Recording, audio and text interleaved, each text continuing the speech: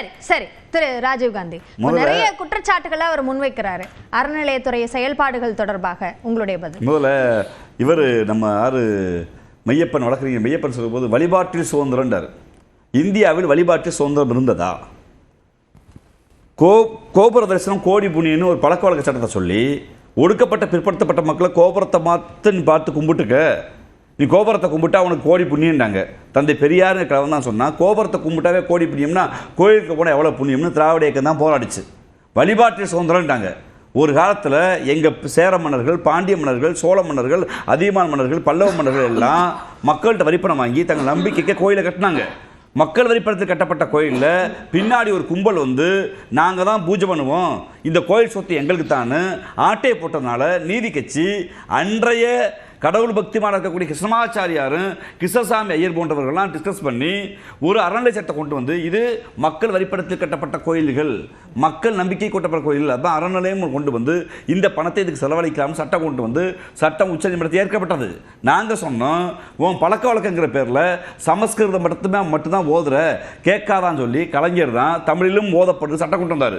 அது வரைக்கும் முருகா போற்றி, கந்தா போற்றி, விநாயகா போற்றி, காளி போற்றின்னு போற்றி பாடல்களே இல்லை. தமிழ்நாடு அரசெல்லாம் வெறும் சமஸ்கிருத மையத்தெல்லாம் தமிழ் மயப்படுத்தி தமிழிலும் குடமுழுக்கு இருந்துச்சு, குடமுழுக்கு செய்யப்பட்டுச்சு. அது வரைக்கும் ஒரு சாதிக்காரர் தான் பூஜை பண்ண நிலையை மாற்றி கடவுள் எல்லாத்துக்கும் போதுவார், ஒடுக்கப்பட்டவரான பிற்படுத்தப்பட்டவரான ஒரு கிறிஸ்தவர் 12 ஆண்டு காலம் அந்த வேதகாமத்தை படித்தார்னா ஒரு பாதிரியாக மாற முடியுது.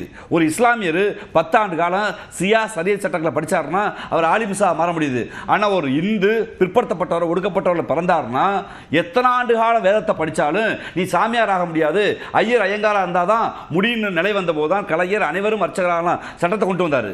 கோயில் வந்து கொடியவர்களின் கூடாரமாக மாறி அது ஒரு சாதிக்கான நிலையாக மாறின போது தான் எங்கள் வரிப்பணத்தில் எங்கள் மன்னர்கள் கட்டிய கோயில் எங்களுக்கு உரிமை உண்டு என்று பிற்படுத்தப்பட்ட ஒடுக்கப்பட்ட மக்களை தட்டி எழுப்பியவர் தந்தை பெரியார். அதற்கு பின்னாடி தான் இன்னைக்கு எங்கள் ஐயப்பனுக்கு நாங்கள் மாலை போட்டு போனாலும் அந்த ஐயப்பன் கோயில் இருக்க கேரளாவில் 150 ஆண்டுகளுக்கு முன்னாடி பெரியார் போராடுவதற்கு முன்னாடி ஒரு பிற்படுத்தப்பட்ட ஒடுக்கப்பட்ட மக்கள் ஐயப்பன் கோயிலுக்கு போக முடியாது. ஏன்னா அந்த கோயிலுக்கு 4 வீதியில் ஆடு நடக்கலாம், மாடு நடக்கலாம், மனுஷன் நடக்கக்கூடாது திருவாங்கூர் நடத்தல சட்டம் இருந்துச்சு. அப்போ இங்கேருந்து கிளம்பி போன பெரியார் தான் என்ற ஆடு மாடு நடக்கலாம், ஐயப்பனை நம்புற ஒரு பெருமானை நம்புற சிவனை நம்புற பக்தம் போனான்னு கேட்டார். அப்புறம் தான் இந்தியா முழுக்க கோயில் தெருக்கல்ல எல்லா மக்களும் நுழையலாம் சட்டம் வந்துச்சு. யார்கிட்ட கேட்குறீங்க?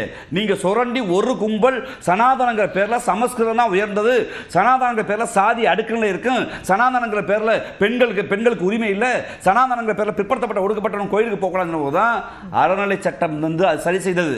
அவர் கேட்கிறார் இன்னைக்கு போன முருக மாநாட்டில் எந்த முருகனை போற்றி தான் பாடல் வைக்கப்பட்டுச்சு. இன்னைக்கு இந்த முருக மாநாட்டில் முருகா கத்திரிக்காய் விலை கூடிருச்சு, முருகா பூண்டு விலை கூடிருச்சு, முருகா வெங்காய விலை கூடிருச்சு. அதைத்தான் தோழர் கேட்டார், ஏன் அந்த முருகன்ட்ட பெட்ரோல் விலை டீசல் விலை? நாங்களே எங்கள் குறைகளை கொட்டுவதற்கு முருகன் நம்புகிறோம், நீங்க முருகனுக்கு குறைங்கிறீங்க. இங்க முருகன் பெரியவரா பாஜக சங்கி கும்பல் பெருசா?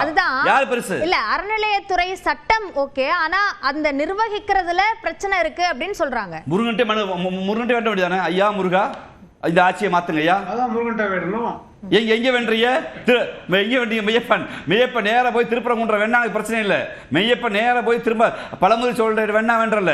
ஒரு கலவர கும்பல விஹெச்பிங்கிற கடந்த காலத்துல கோயம்புத்தூர் கலவரம் பண்ணி மண்டைக்கால கலவரம் பண்ணி அண்டாவை திருடி பிரியாணி தெரிய ஒரு கும்பலுக்கு வந்து மீண்டும் கலவர புத்தியோடு நடத்தது அந்த விஹெச்பி இயக்கம். ஒரு கலவர புத்தி தான், கலவர புத்தி தான், கலவர புத்தி தான். என்னைக்காவது ஒரு நாள் இல்ல என்னைக்காவது ஒரு நாள் அந்த ஒரு ஆதாரம் உங்ககிட்ட கிடையாது. ஏன் நான் சொல்ற மண்டைக்காடு கலவரம், கோவை கலவரம், திருப்பரங்குன்ற கலவரம், சென்னிமலை கலவரம், இல்ல என்னைக்காவது ஒரு நாள் அந்த விஹெச்பி இயக்கம் இந்துக்கள் நாங்களா ஒன்னா இருக்கிறோம், இந்துக்களுடைய பெரிய மொழியாக தமிழ்நாட்டிற்குள்ள தமிழில் எங்கள் முருகனுக்கு, எங்கள் பெருமாளுக்கு, எங்கள் விநாயகருக்கு, எங்கள் முருகனுக்கு ஓதுன்னு கேட்டாங்களா? இந்துக்கா இருக்கக்கூடிய ஆதிராவிட ஒடுக்கப்பட்ட பிற்படுத்தப்பட்ட மக்கள் கொங்கு வேளார், நாடார், கோனார் இருக்கக்கூடிய சாதிகளை எல்லா சாதிக்காரங்களும் பூஜை பண்ணாங்க. கிடைச்சா சொல்லுங்க. நான் கேட்க ரெண்டே கேள்வி,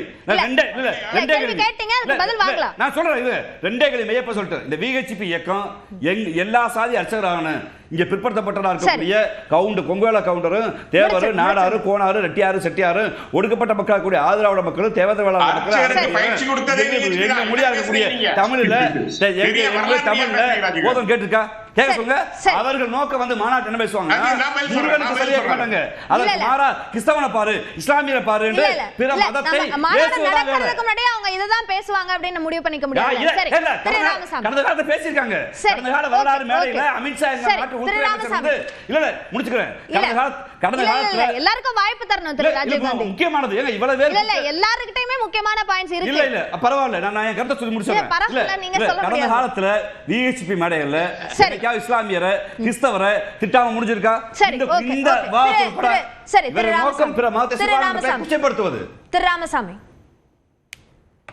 அர்த்தம் என்னவென்றால் மேடையில் சமூக நீதி, சமநீதி, டெமோக்ரஸி இதெல்லாம் பேசுறவங்க வந்து இன்னைக்கு கடவுளை ஒரு தனிநபர் இல்ல ஒரு சமூகம் இல்ல ஒரு சாரார் இல்ல ஒரு சிந்தனையை சார்ந்தவர்கள் எவ்வாறு வழிபட வேண்டும், எப்படி வழிபட வேண்டும், எந்த காலகட்டத்தில் வழிபட வேண்டும் அப்படின்னு சொல்றாங்க. ஒன்று, இதை தாண்டி ஒரு தனிநபர் இவ்வாறு வழிபட்டால் நான் அவர் நம்பிக்கையை ஏற்றுக்கொள்வேன்.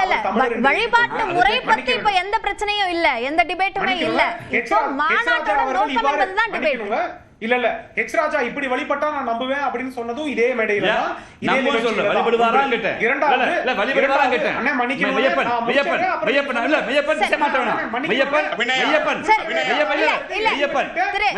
திரு ராஜீவ் இல்ல அவர் அதுக்கு பதில் சொல்றாரு. மெய்யப்பன் நீங்க மட்டுமே பேச முடியாது. ராஜீவ் காந்தி நகரத்தார் காவடி எடுத்து போவதை போல் காரைக்குடியில் நகரத்தார் காவடி போல் அவர் பதில் சொல்றாரு. பள்ளிக்கு நகரத்தார் இல்ல உங்க கேள்வி நீங்க கேட்டீங்க. அவர் பதில் சொல்ல விடுங்க.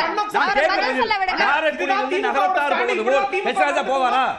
போவாரா? திரு ராஜீவ் காந்தி நீங்க கேள்வி நகரத்தார் போவது போல் அவர் பதில் சொல்ல விட மாட்டேங்கிறீங்க. திரு ராஜீவ் காந்தி அவர் பேசட்டும். திரு ராமசாமி இவ்வாறு தான் பேச வேண்டும் அப்படி நிர்ணயம் செய்வது தவறு. ஹெச்ராஜா நான் கேட்ட கேள்வி, ஹெச்ராஜா இந்த நான் இந்த காரைக்குடி நகரத்தார் போல் காரைக்குடி பிறந்த ஹெச்ராஜா பள்ளிக்கு பால் காவடி எடுப்பாரா? இந்த கேள்வி நீங்க கேட்டீங்க, அவர் பதில் சொல்லட்டும். அவருக்கான நேரம் இது. இந்த நாட்டை ஆளக்கூடிய அரசியலமைப்பு சட்டம், இந்த நாட்டில் இருக்க டெமோக்ரஸி, இந்த நாட்டில் இருக்கும் மக்கள் உரிமை, ஒவ்வொருவரும் அவரே எப்படி வேணுமோ அவர் வழிபடலாம்.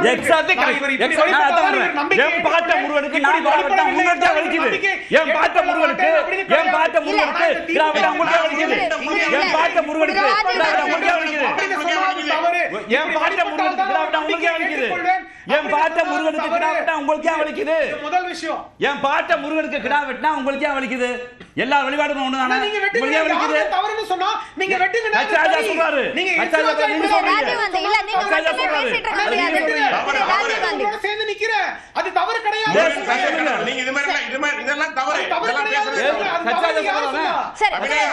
சரி திரு அருணன் அண்ணா நீங்க எப்படி அபிநயா அப்படி ஒரே நிமிஷம் அபிநயா இன்னொருத்தர் இப்படி வழி சொன்னா அது தவறு அப்படின்னு சொல்றேன். இரண்டாவது விஷயம் சொல்லுங்க சொல்லுங்க ஜி.கே. நாகராஜ். ஆகம விதிகளுக்கு உட்பட்டு நீங்க பேசணுங்க. வாய்க்கு வந்த மாதிரி பேசக்கூடாது. என்ன ஒரு விதியில் ஒன்று இருக்கு, ஒரு முறை சும்மா சவுடி என்ன பேசுறீங்க நீங்க?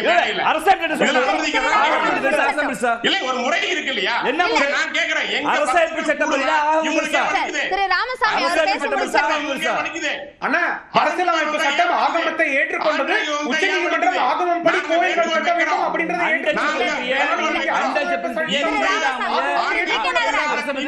ராமசாமி அவரோட கருத்தை முன்வைக்கணும். கொள்ளை குறைய வேண்டும்.